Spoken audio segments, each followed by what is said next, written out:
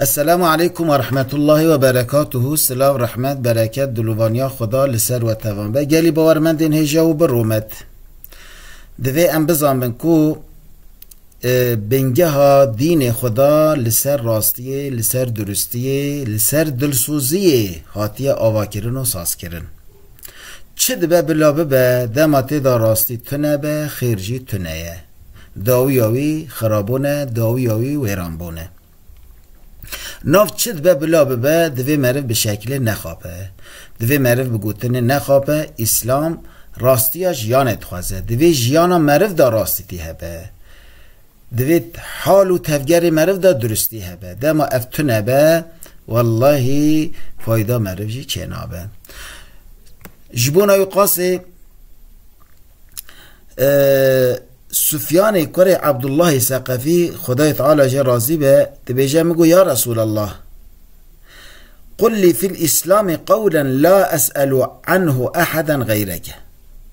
بجه مج رسول خدا روجه کی پرسی مگو يا رسول الله کا دوار اسلام داد حق اسلام دا گوتنه کی وساج مرا بیجه کو اجابه از پرسه کی دنش کسه کی دنه بکم نکه او قاس جمرا اسلام وکیلی و زلال بجه. اسلام چیه؟ اما برسوا رسول الله گلک و تداره گلی بارمندان والله ام گوتنا رسول خدا که اسلام چیه مرو چه به چوان به افتنه ترامه هیه یعنی بلا کس به شکلی نخوابه ایدی بس خواباندن به شکلی بگوتنا بلا کس نخواباندن جیان اساسه پراتیک اساسه گلی حوالان گلی باورمندان یعنی بگوتنه ور بگوتنه درو از وهام افتره ناکه دوی جیانا مرف دا راستی هبه. رسول خدا چه بشتی علیه الصلاة والسلام قال قل آمنت بالله ثم استقم. رسول خدا جراد بجه ای سفیان کوری عبدالله ثقفی ببجه می ایمان به خدایانیه به اوای کی دلسوزی به اوای کی دلوجان به وجه راست به.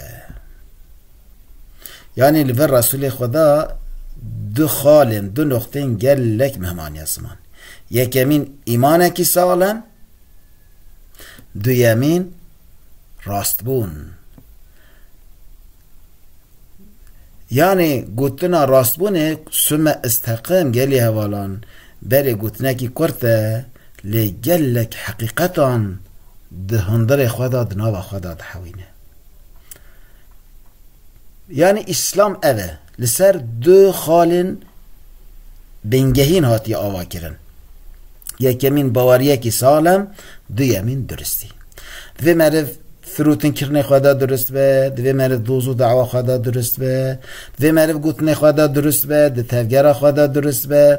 یعنی دوی همین تشی مرف راست بن کو راست بن دی دنیا جی خوش به دی دنیا جی گش به.